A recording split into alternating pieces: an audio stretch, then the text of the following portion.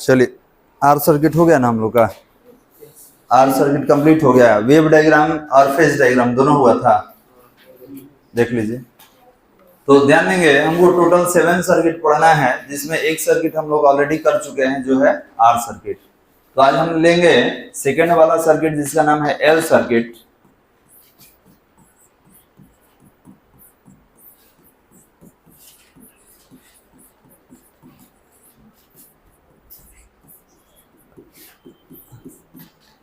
Heading दिया जाए L circuit, या इसको इंडक्टिव सर्किट भी कहा जाता है। आप एल सर्किट कहें या इंडक्टिव सर्किट, दोनों सेम है। इंडक्टिव सर्किट, इसमें क्या होता है बालक, तो सर्किट में हम लोग इंडक्टर को ऐड करते हैं। तो इंडक्टर का इंडक्टेंस होता है, तो देखिए तो थोड़ा सा इसमें क्या होगा, सर्किट में हम लोग इंडक्टर को ऐड करते हैं, और ये किससे कनेक्टेड होगा, अल्टरनेटिंग करंट सोर्स से कनेक्टेड होगा, कुछ इस तरीके से। तो अल्टरनेटिंग करंट के लिए ईएमएफ कितना लेंगे, और ये क्या होगा, एसी सोर्स होगा, करंट फ्लो हो रहा है, और इसका इंडक्टेंस कितना है, एल है। ठीक है, तो बना मत लीजिए, पहले समझने के लिए बनाया गया है, इसके बाद डिफाइन करेंगे तब लिखेंगे। तो इसमें क्या है बालक, तो इंडक्टर ऐड किया है किससे, तो अल्टरनेटिंग करंट सोर्स से, और इसका ईएमएफ कितना है, तो E equal to E not sine omega t लिखेंगे। An alternating source is connected, an alternating source is connected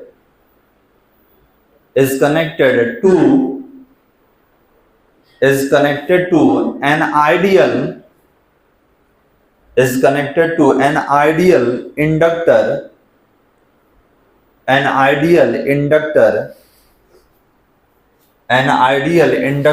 of inductance L, ideal inductor of inductance L, as shown in figure. Such a circuit is known as L circuit.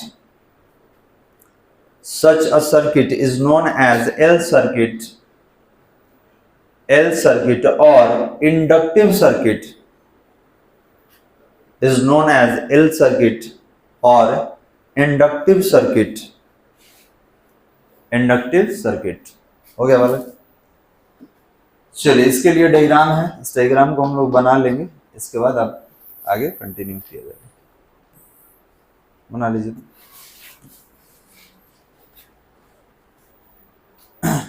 तो इसमें L inductance का कोई inductor add किया गया है,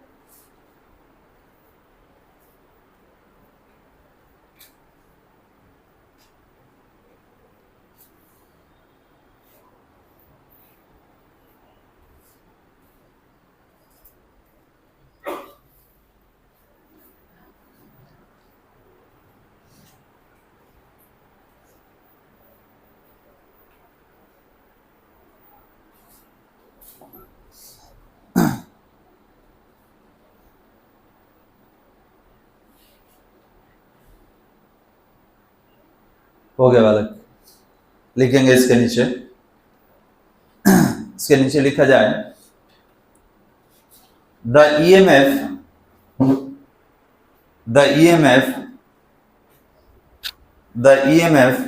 in the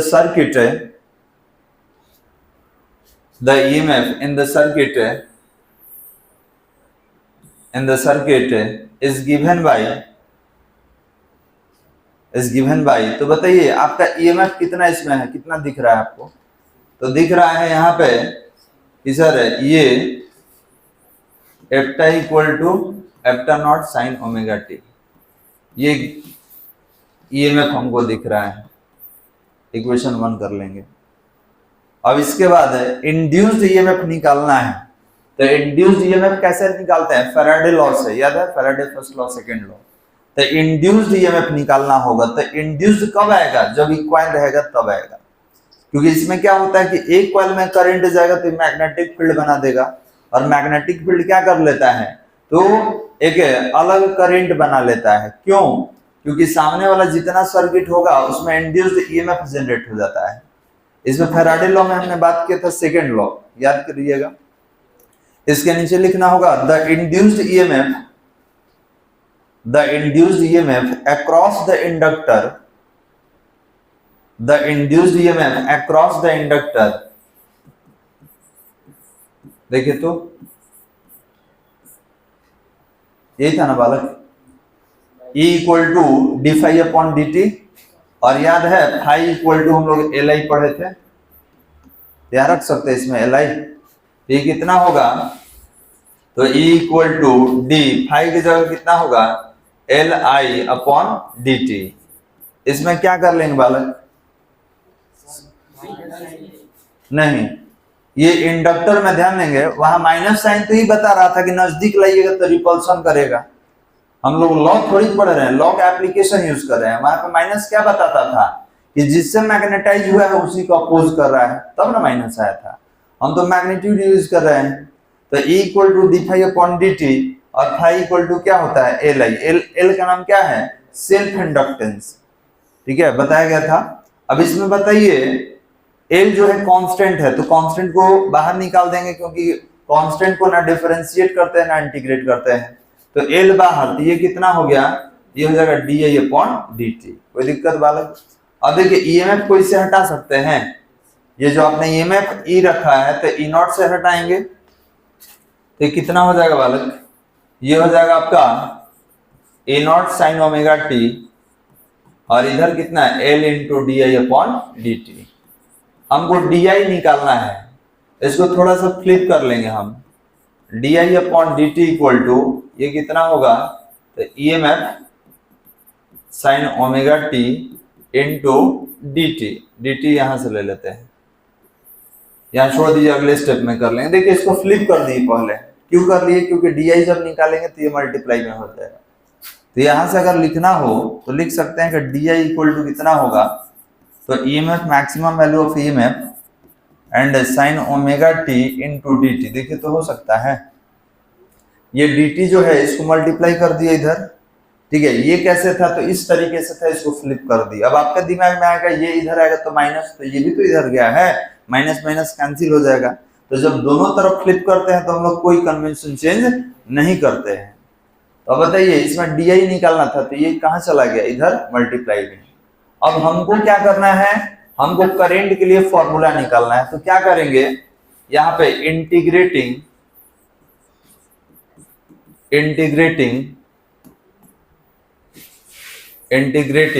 both sides, ठीक है, दोनों तरफ इंटीग्रेट कर दीजिए। कहाँ है एल? अच्छा एल नहीं लिखे हैं का जी, तो एल ले लीजिए, हो गया। चलिए एल यही था, हम लोग लिखे नहीं थे, कहीं जाएगा नहीं, जाएगा तो हम लिखेंगे कैसे जाएगा। ये क्या हो गया, तो यहाँ पर डी आई आपके पास है, और इधर कौन है, तो ये पूरा टर्म है। इसमें आपने बोला कि सर ये ईएमएफ ये एल है, और sign omega t into d T. तो आपको मालूम है कि कांस्टेंट का इंटीग्रेशन नहीं निकलता, इसको कहाँ रख देंगे, बाहर। तो डी आई का क्या हो जाएगा, आई, ये हो जाएगा बाहर, और इंटीग्रेशन किसके साथ आएगा, sign omega t into d T. अब साइन का कितना होता है, माइनस कॉस, यहां पर हो जाएगा I equal to E M F upon L, और साइन का निकालिए तो माइनस कॉस ओमेगा टी, और याद रखेंगे इसका कोफिशिएंट ओमेगा है तो नीचे ओमेगा आ जाएगा, पढ़े ना डिफरेंस इंटीग्रेशन, इसमें जो कोफिशिएंट होता है नीचे आ जाएगा। तो जब नीचे आ जाएगा तो इसको ऐसे लिख सकते हैं कि I equal to E M F, और ये ओमेगा इसके साथ आएगा एल ओमेगा, माइनस को भी बाहर कर दीजिए, अंदर कितना बच जाएगा, कॉस ओमेगा टी। ये बताइए अल्टरनेटिंग करंट का इक्वेशन साइन में रहता है कि कॉस में, साइन में। तो इसको कैसे चेंज कीजिएगा कि हमारा साइन में आ जाए? तो आप कहेंगे sir sine 90 minus theta cos theta होता है, तो उसी से चेंज कर लेंगे। तो आप लिखेंगे कि I equal to minus EMF नीचे एल ओमेगा, और इसको कितना लिख सकते हैं? तो इसको लिखेंगे साइन 90 माइनस ओमेगा टी हो सकता है। Sine 90 minus theta cos theta होता है, तो साइन 90 माइनस ओमेगा टी कितना हो? Cos omega t. अब यहाँ क्या करना है, माइनस को इन दोनों से मल्टीप्लाई, माइनस को अंदर भेजिए, तो माइनस प्लस माइनस और माइनस माइनस प्लस, ये कन्वेंशन चेंज हो जाएगा, ये हो जाएगा EMF maximum value of EMF L omega, और ये जब अंदर आएगा तो ये हो जाएगा साइन ओमेगा टी और माइनस पाई बाई 2, ये इक्वेशन हो जाएगा वाला 2। कोई दिक्कत? अब सवाल ये है सर इसको ऐसे क्यों हम लोग लिखे हैं, तो इसको थोड़ा सा चेंज करने वाले हैं। यहाँ लिखने वाले हैं यहाँ एल ओमेगा क्या है? रेजिस्टेंस है, लेकिन इसको रेजिस्टेंस नहीं कह के, यहाँ पर रेजिस्टेंस नहीं कह के इसको हम लोग क्या बोलेंगे? तो इंडक्टिव रिएक्टेंस, इंडक्टिव रिएक्टेंस, और इसको डिनोट कैसे करते हैं? एक्सएल से, और ये कितना होता है? L omega. तो याद रखिएगा ये आपका रेजिस्टेंस ही है, लेकिन ये इंडक्टर में इंडक्टेंस कहलाता है, इंडक्टेंस में रिएक्टेंस कहलाता है, और ये एक तरह का रेजिस्टेंस ही होता है। तो आगे चल के इसको हम लोग हटा देंगे, रिप्लेस कर लेंगे। आप ये देख लीजिए कि यहाँ से यहाँ तक समझ में आया कि नहीं? इंटीग्रेशन से यहाँ से क्या किया हम लोग? सिंपल जो इंटीग्रेशन होता है, कांस्टेंट बाहर, साइन आ गया, ठीक है। साइन में देखिए कोफिशिएंट है, ये कोफिशिएंट है ओमेगा, तो ओमेगा कहाँ आएगा? डिवीजन में। तो यहाँ पर कितना हो गया? तो ये हो गया आपका minus cos omega t upon omega, minus बाहर कीजिए, ओमेगा बाहर कीजिए, कॉस ओमेगा टी। कॉस को साइन में कन्वर्ट करना है, तो 90 माइनस 90 को हम पाई बाई 2 लिखते हैं रेडियन में, पाई बाई 2 माइनस ओमेगा टी। अब माइनस को अंदर भेजिए, तो ओमेगा टी पहले और पाई बाई 2 बाद में हो जाएगा। अब यहाँ हमको ये देख के बताइए कि इक्वेशन 1 में, ठीक है, इक्वेशन 1 में और इक्वेशन 2 में एंगल में कोई डिफरेंस दिख रहा है? तो सर ये करंट में आप माइनस पाई बाई 2 रखे हैं, वहां पर पाई बाई 2 नहीं है, इसका मतलब इनके बीच फेज का डिफरेंस होता है कितना डिग्री का? 90 डिग्री। चलिए आप लिख लेंगे इसको, इसके बाद कंटिन्यू किया जाए। कहां तक थे बालक? यहां से ना,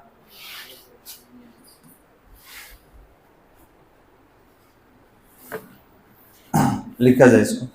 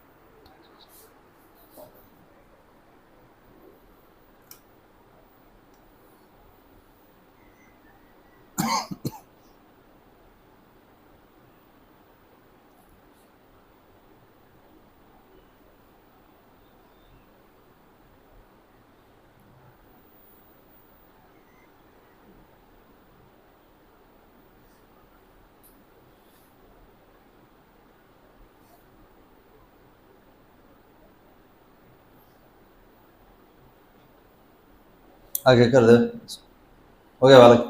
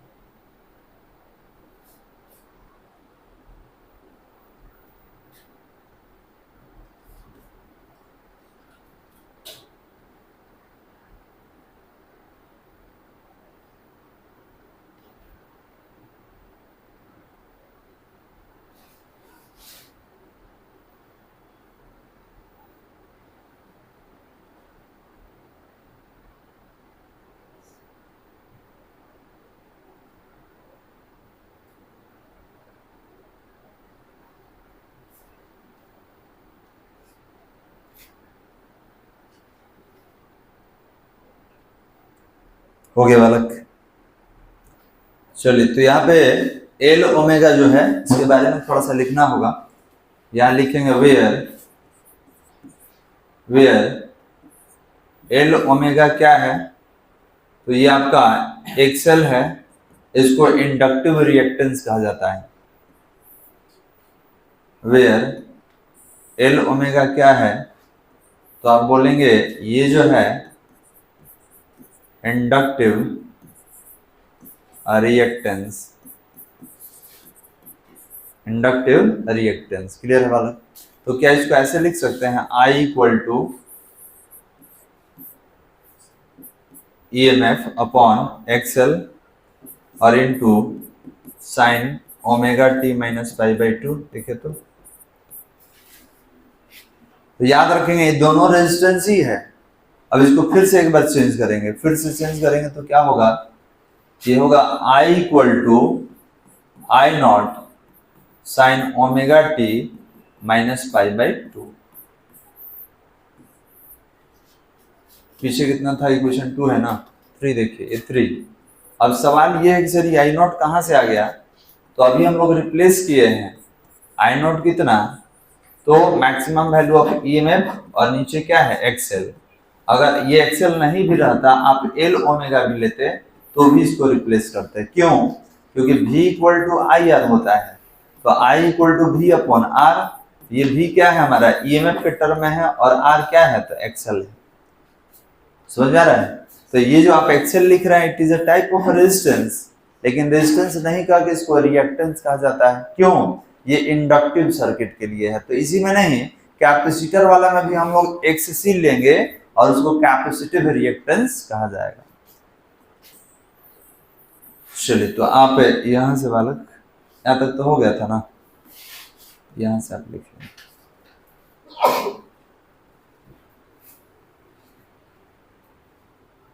तो दोनों में एंगल का डिफरेंस दिख रहा है। वोल्टेज में आप बोलिएगा ओमेगा टी है, और यहाँ पर वो कितना है, omega t minus pi by to. मतलब करेंट जो है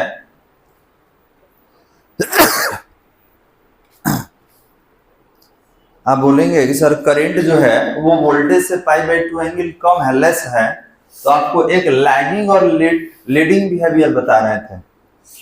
तो लैग मतलब क्या होता है, जिसका वैल्यू कम होता है उसके लिए हम लोग लैगिंग वर्ड यूज करते हैं, जिसका एंगल ज्यादा होगा उसके लिए हम लोग लीडिंग वर्ड का यूज करते हैं। आगे बढ़ा दिया जाए, इसको लिख लेंगे।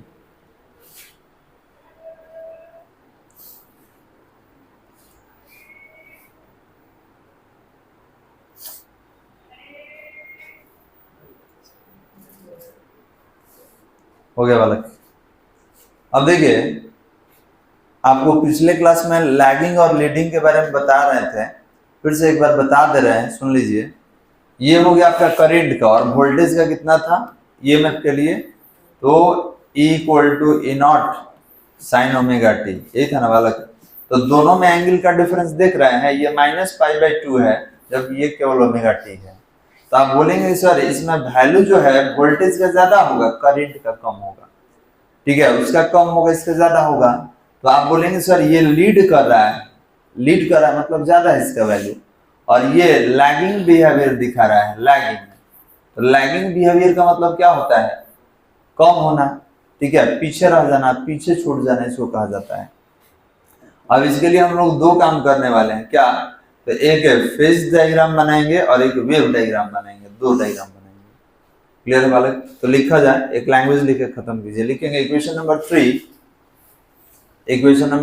is the instantaneous value of an alternating current. Equation number 3 is the expression of instantaneous value of an alternating current. हो गया बालक। अब डायग्राम में आते हैं sir, wave diagram phase diagram कितना है, तो देखिए पहले हम वेव डायग्राम बना दे रहे हैं।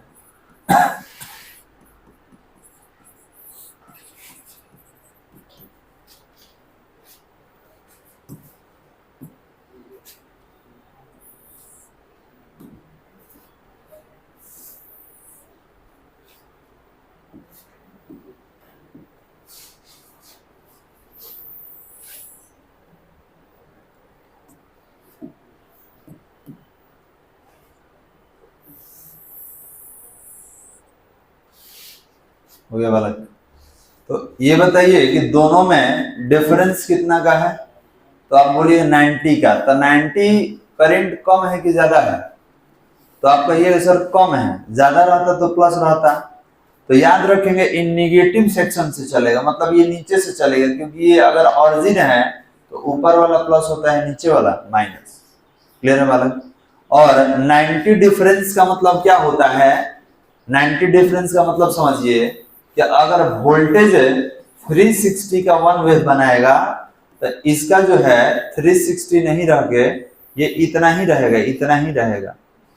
रीजन क्या है, तो रीजन ये है कि सर इन दोनों के बीच 90 का डिफरेंस होना चाहिए।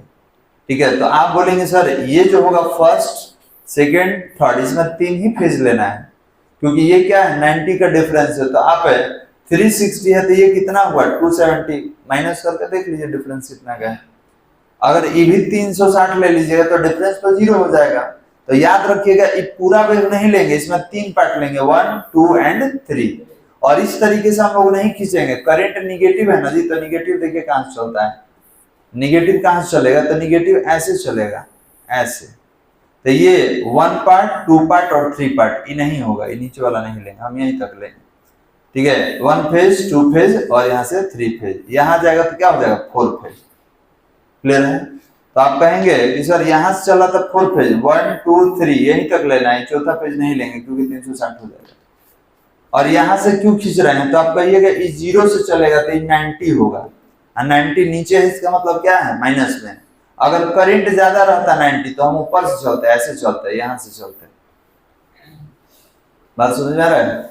तो आप बोलेंगे सर कि करंट आप माइनस में लिए हैं, अगर मान ली कि यही करंट प्लस में आ जाता तब आप क्या करते, तो कुछ नहीं करते, हम लोग यहां से चलते, इस तरीके से चलेंगे। क्यों, क्योंकि ई अगर 0 है तो 90 पीक वैल्यू होता है। और इस इक्वेशन में हम लोग यहां से खींचने वाले हैं इस तरीके से। क्यों खींचेंगे, क्योंकि करंट का वैल्यू आप देख सकते हैं, करंट का इक्वेशन कितना है माइनस में, -90। तो ऑरिजिन से नीचे -90 और ऊपर +90। तो एक तो ऑलरेडी है इस पर, दूसरा हम खींच रहे हैं, देखिएगा।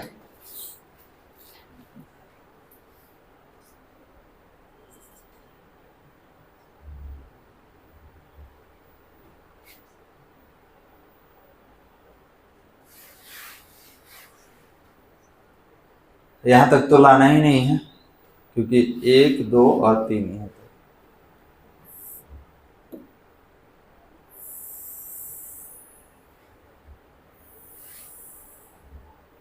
हम पूरा बना दे, ले लेंगे आधा, बना पूरा दे रहे हैं लेकिन लेंगे आधा।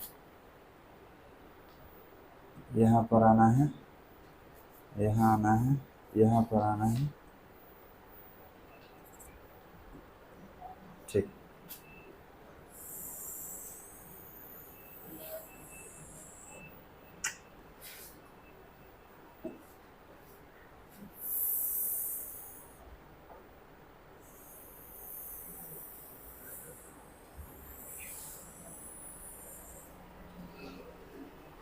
चलिए देखा जाए,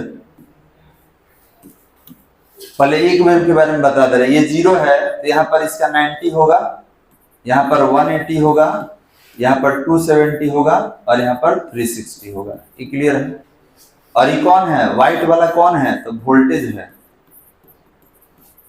समझिए, क्योंकि सारा इरेज कर देंगे हम, केवल आपको वेव बनाना है, इसका एंगल वगैरह नहीं लिखना है, समझा रहे हैं।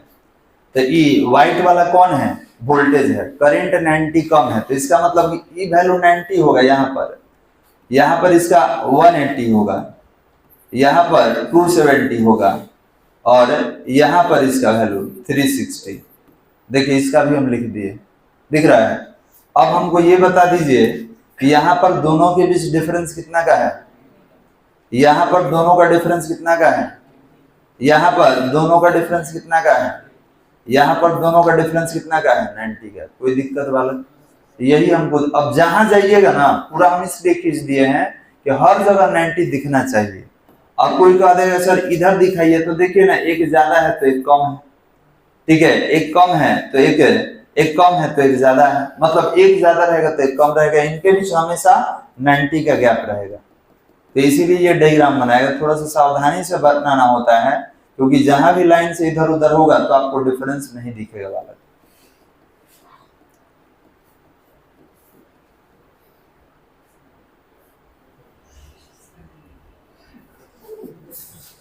चल, तो फिर से हम ले लेंगे,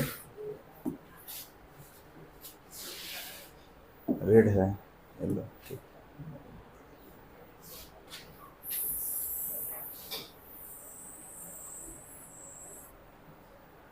बना लीजिए। ये आपका यहाँ लिख दे रहे हैं, ये जो है I equal to I not sine omega t minus पाई/2 है। और इसमें ये जो है, ये वाइट वाला, ये आपका v equal to V not sine omega t है। बना लीजिए।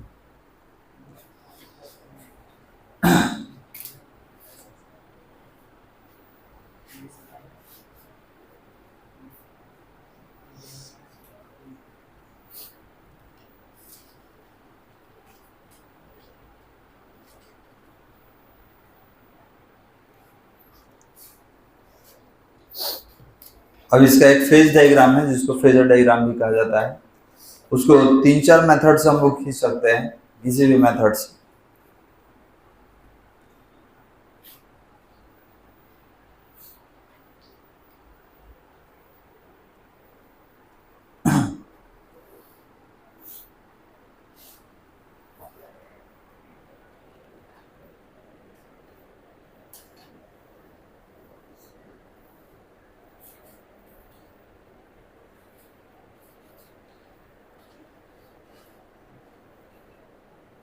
हो गया बालक,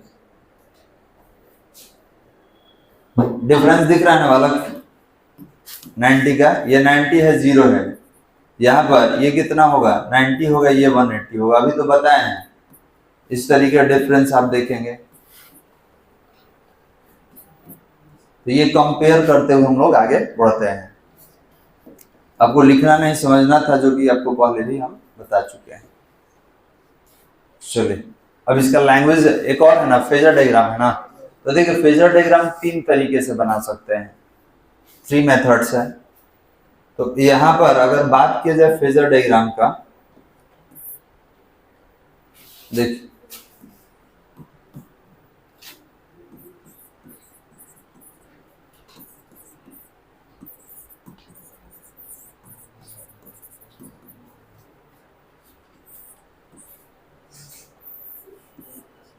ये वोल्टेज है, ये करंट है, और करंट कितना कम है जी, तो फाई इक्वल टू पाई/2, ये इतना कम है।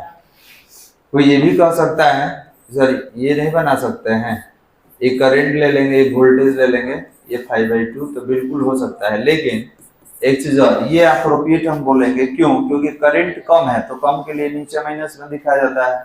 इसमें कब लिखते थे, जब वोल्टेज क्या रहता था, v equal to V not sine omega t plus पाई/2 रहता ना, तब ये वाला डायग्राम ले लेते। ये भी गलत नहीं है, क्योंकि यहाँ लीड और लैग बताना है। तो इसका मतलब एक ही है कि सर वोल्टेज जो है करंट से पाई/2 ज्यादा है, या करंट वोल्टेज से पाई/2 कम है, बात वही है। तो हम लोग कोई एक मेथड से बनाएंगे, यही वाला मेथड यूज करेंगे। बना लीजिए, इसके नीचे लैंग्वेज लिखना है।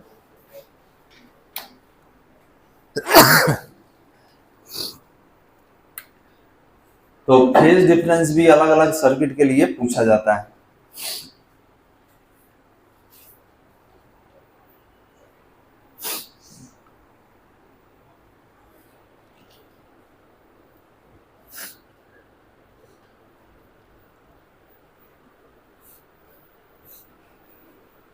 हो गया बालक, लिखा जाए इसके नीचे, पैराग्राफ चेंज करके लिखेंगे। Hence we can say that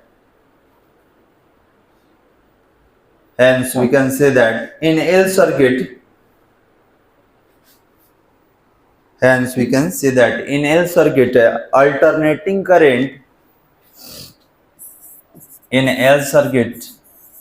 alternating current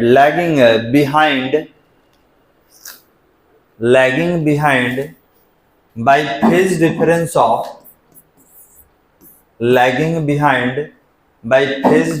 of pi/2, lagging behind by phase difference of pi/2 pi by two with respect to voltage, pi by two with respect to voltage, मतलब voltage के respect में ये कितना lag किया है, पाई by to lag किया है बालक। लैंग्वेज समझ में आ रहा है? तो आपने लिखा है कि करंट जो है लैग किया है वोल्टेज से, और कितना फेज एंगल से, तो पाई बाई टू।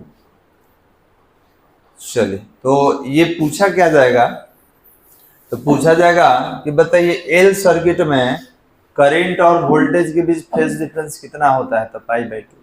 कौन लैग करेगा, कौन लीड करेगा, तो वोल्टेज लीड करता है, करंट लैग करेगा।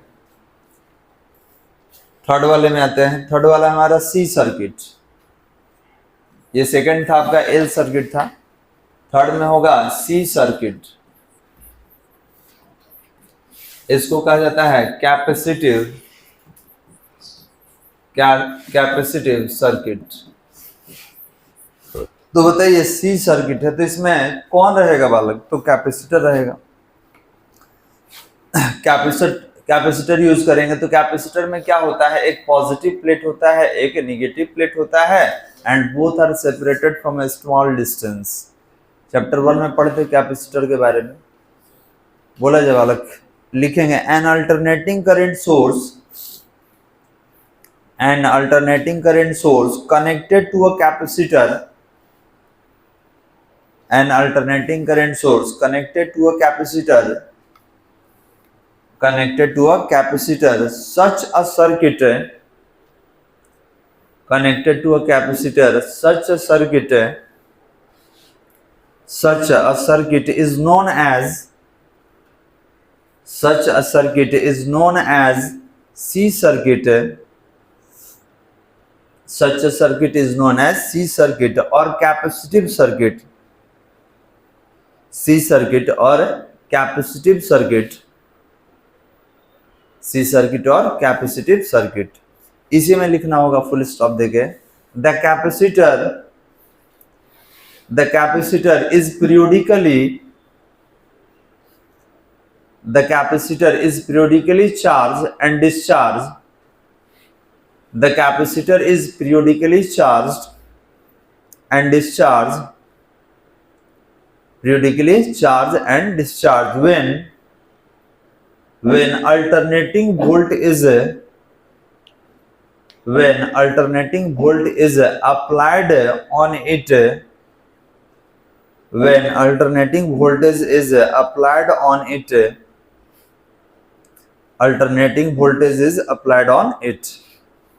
तो ये बताइए, इसके लिए अगर हम लोग डायग्राम वगैरह बनाए सी सर्किट में, तो क्या करना होगा बालक, दो कैपेसिटर लेना होगा, दो कैपेसिटर लेंगे और इसको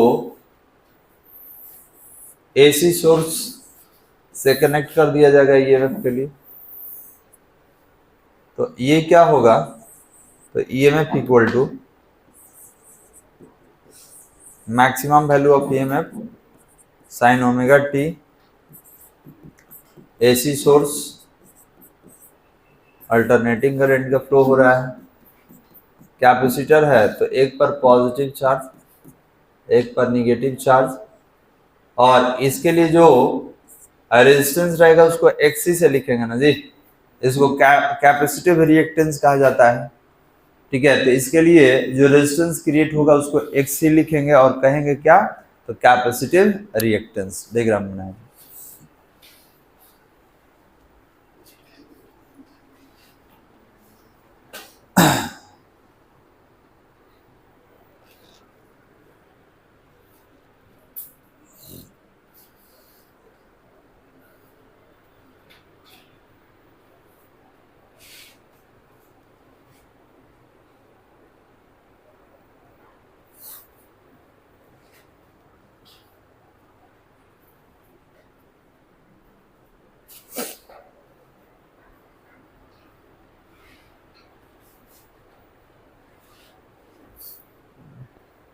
हो गया बालक।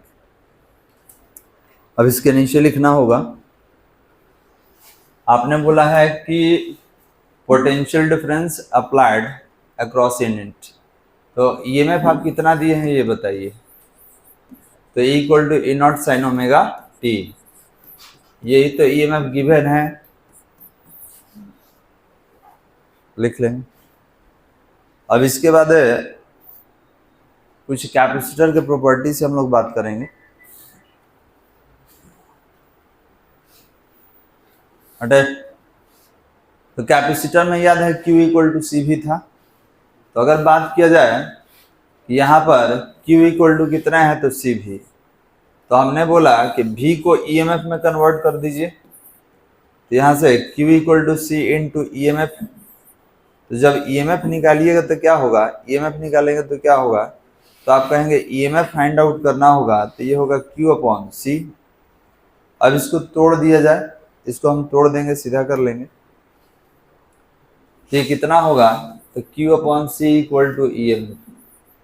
तो Q अपॉन सी कितना होगा, इसको तोड़ेंगे तो कितना होगा, A not sine omega t. Q equal to कितना होगा, ये आप मल्टीप्लाई कर सकते हैं इसके साथ, तो ये होगा EMF maximum into C into sine omega t. अब टाइम के रिस्पेक्ट में क्या कर देंगे, डिफरेंशिएट कर देंगे।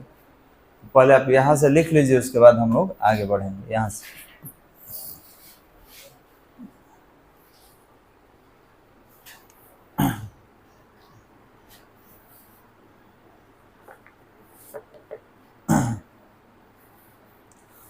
यहाँ पर दोनों तरफ हमको डिफरेंशिएट करना होगा टाइम के रिस्पेक्ट में।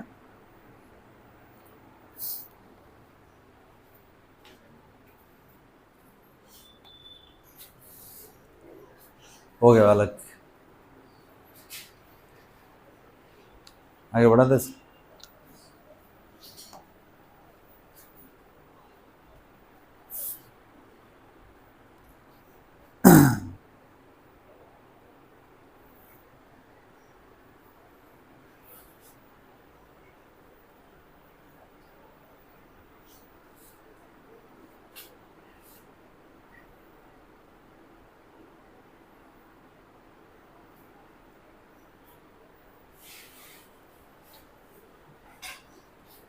बोला जाए, लिखेंगे डिफरेंशिएट बोथ साइड,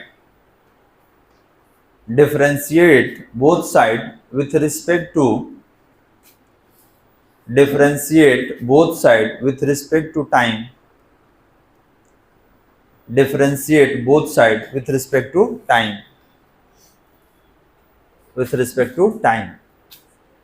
तो ये कितना होगा, d q upon d t, और ये कितना होगा, d A naught into C into A naught C into sine omega t upon d t. देखिए टाइम के रिस्पेक्ट में डिफ्रेंशिएट किया जा रहा है, तो D q upon d T को करेंट आई कहा जाता है। D q upon d T को क्या बोलेंगे, करेंट बोलेंगे, कि ये आई हो गया। और इसमें ये दोनों कांस्टेंट इसको बाहर रख लीजिए, तो यहाँ पर ईएमएफ हो गया और सी हो गया बाहर, तो किसका निकालेंगे, sign omega t upon d T. तो साइन का क्या होता है बालक, तो आपने बोला साइन का कॉस होता है, और यहाँ हो गया क्या, कॉस ओमेगा टी। एक चीज और, इसका मल्टीप्लाई होगा ना कोफिशिएंट, उसमें डिवीजन किए थे तो इसमें इसका कोफिशिएंट कितना है, ओमेगा, तो मल्टीप्लाई होगा। ये होगा आई इक्वल टू ए नॉट और सी ओमेगा, और ये कितना हो गया, कॉस ओमेगा टी। क्लियर है बालक। तो यहाँ से बालक वहाँ तक कंटिन्यू कीजिए।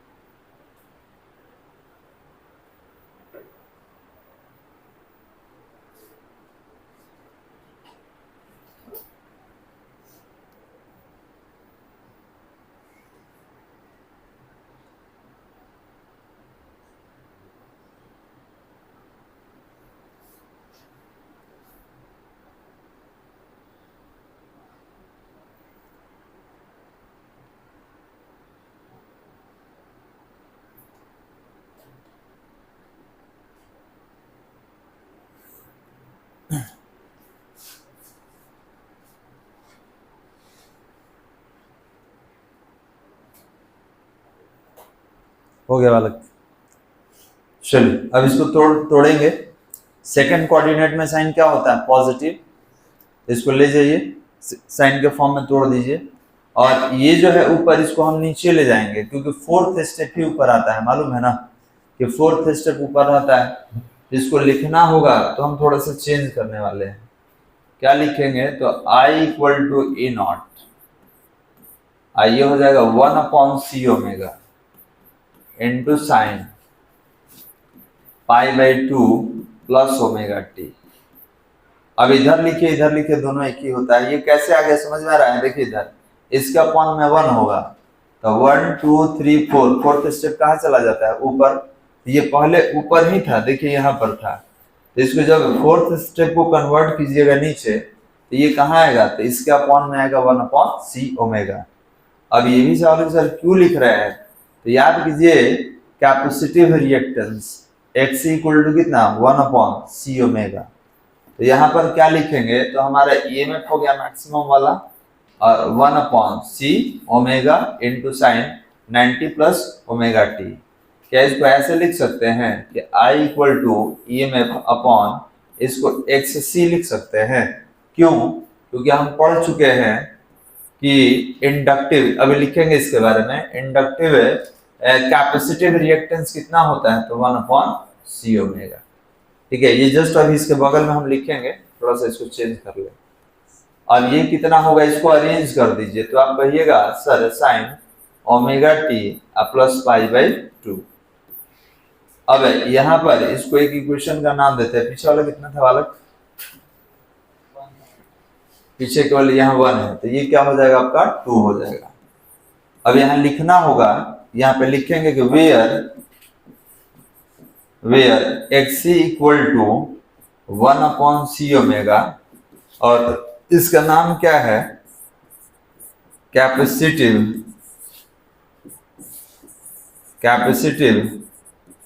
Reactance, capacitive reactance. तो अब इसको थोड़ा चेंज भी कर लेंगे। कैसे चेंज कीजिएगा? तो देखिए आप लिखेंगे कि sir I equal to I not sine कितना था? Omega t plus π/2। पीछे वाला सेकंड था, ये थर्ड। अब कैसे रिप्लेस किए हैं? तो देखिए रिप्लेस कैसे किए हैं, तो यहाँ पर हमने आई नॉट इक्वल टू कितना लिया है? तो maximum value of EMF upon XC। तो ये XC किसके जगह पर आया है? ध्यान देंगे, ये जो आप XC लिए हैं ये एक तरह का रेजिस्टेंस है, और वोल्टेज अपॉन रेजिस्टेंस क्या होता है? करंट होता है। यहाँ पर आपने लिखा है XC, या इसको आप ऐसे भी लिख सकते हैं कि EMF अपॉन 1/c ओमेगा। तो याद रखेंगे ये भी एक तरह का रेजिस्टेंस है और ये भी रेजिस्टेंस है। तो वोल्टेज अपॉन रेजिस्टेंस क्या होता है? करंट होता है। और यहाँ पर वोल्टेज अगर मैक्सिमम रहेगा, EMF मैक्सिमम रहेगा, तो करंट भी है मैक्सिमम। तो यहाँ पर हम लोग EMF और XC को हटाए हैं किससे? I नॉट से। That is equation 3। अब थोड़ा याद कीजिए फर्स्ट वाला क्या था? तो फर्स्ट वाला था V not sine omega t, ये था ना वाला।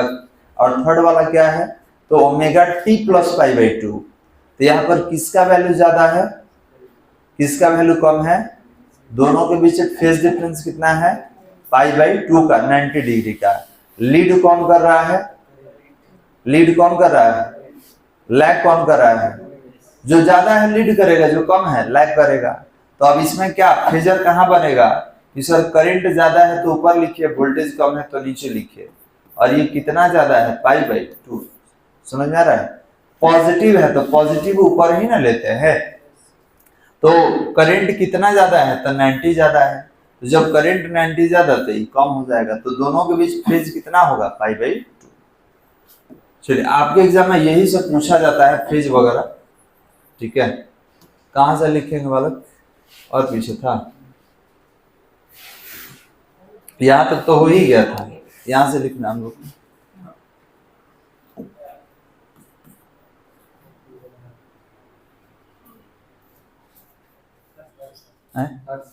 हर्ष देना है उसको, देख लो क्या है, ले जाओ, लो ना वही ले जाओ।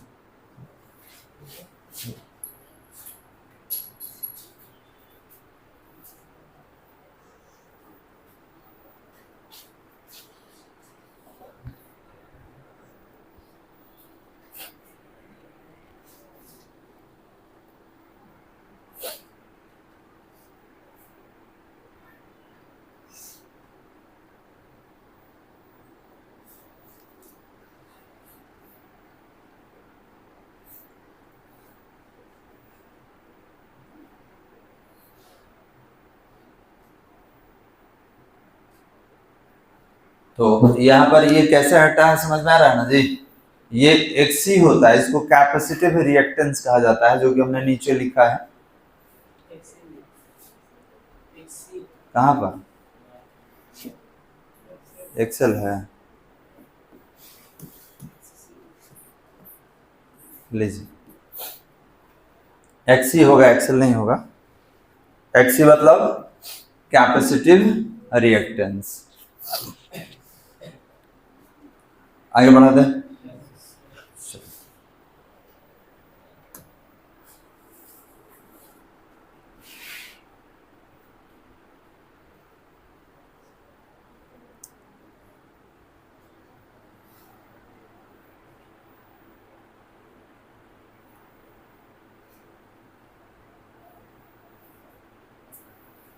अब ये क्या निकालें, तो instantaneous value of N alternating current लिखा जाए इसके नीचे।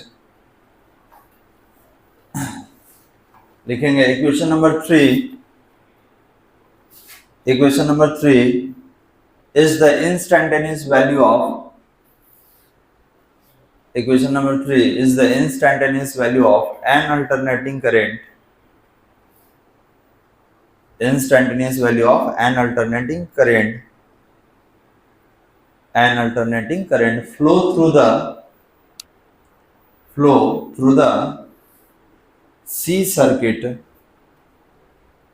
flow through the C circuit। अब इसका वेव डायग्राम है और फेजर डायग्राम है। देखिए तो कौन बना दे पहले वेव वाला,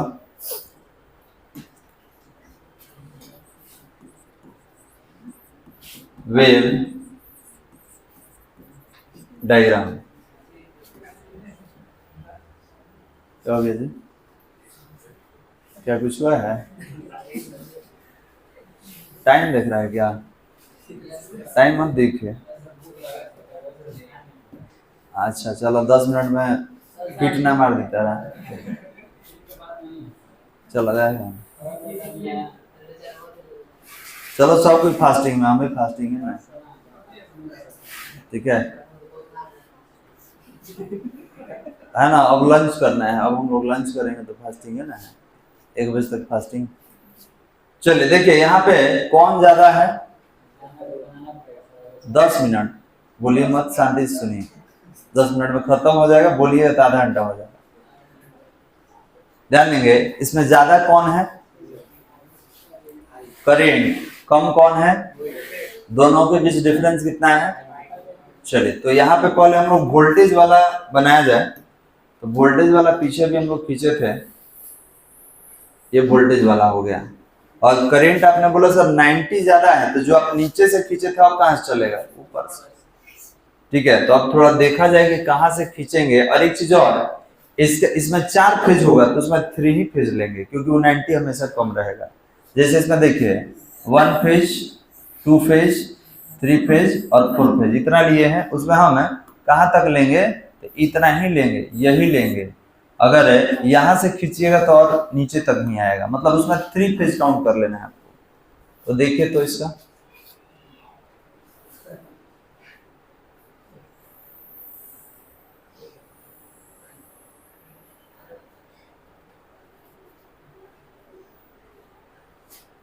हाँ ठीक,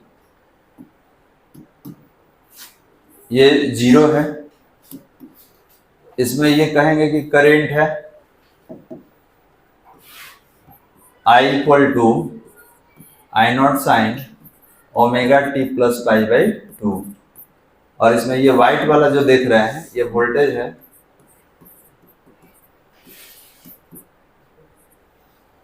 अब समझ लीजिए ये 0 है तो ये 90 है। और ध्यान देंगे ये यहाँ पर 90 होगा, तो ये जब 90 से चलेगा तो इसका अगला कौन होगा, 180। लिखिएगा बाद में, अगर हम क्योंकि ये लिखा हुआ हटाएंगे फिर आपको नहीं समझ में आएगा। तो पहले समझिए, हमने बोला कि पहले नाम लिख दीजिए 0, 90, 180, 270 और 360। क्लियर है बालक? तो अभी तो 90 से स्टार्ट हो रहा है, इसमें 360 जाना है। तो 90, 180, उसके बाद यहाँ पर 270 और यहाँ पर 360। तो बताइए यहाँ पर दोनों का फेज डिफरेंस कितना है, यहाँ पर ये 90 है 180 फेज डिफरेंस, यहाँ 180 है 270 है फेज डिफरेंस, यहाँ पर 360 है 270 है फेज डिफरेंस। समझ में आ रहा है? चलिए, तो यही आपको बनाना है।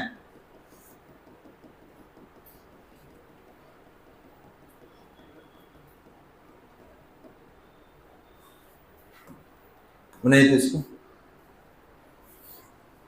ध्यान से लाइन खींचिएगा कि जहां पर है ऊपर रहे, जहां पर 90 रहे तो वहां पर 0, जहां 180 वहां पर 90 मिलना चाहिए। मतलब दोनों के बीच आपको फेज हमेशा 90 का दिखना चाहिए।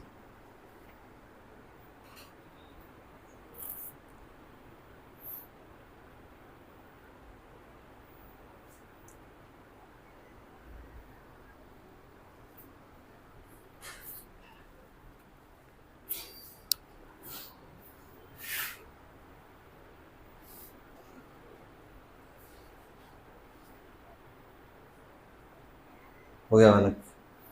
तो अब इसका फेज डायग्राम नहीं बनाएंगे, छोड़ दे रहे हैं क्योंकि आपको भूख लग गया है। ठीक है, तो जब तक पेट में कुछ रहेगा नहीं, दिमाग काम करेगा नहीं, अननेसेसरी बताने से कोई फायदा है नहीं।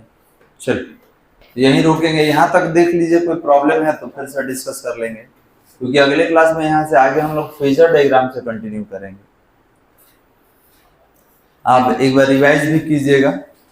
ये डायग्राम समझ में आ रहा है वाला कैसे कैसे लिया गया है कि 0 है 90 है, जहां पर ये 180 होगा, यहाँ पर 90 होगा। हमेशा शुरू से लास्ट तक आपको फेज का डिफरेंस कितना मिलेगा? 90 मिलेगा। बस यहीं तक रोकते हैं।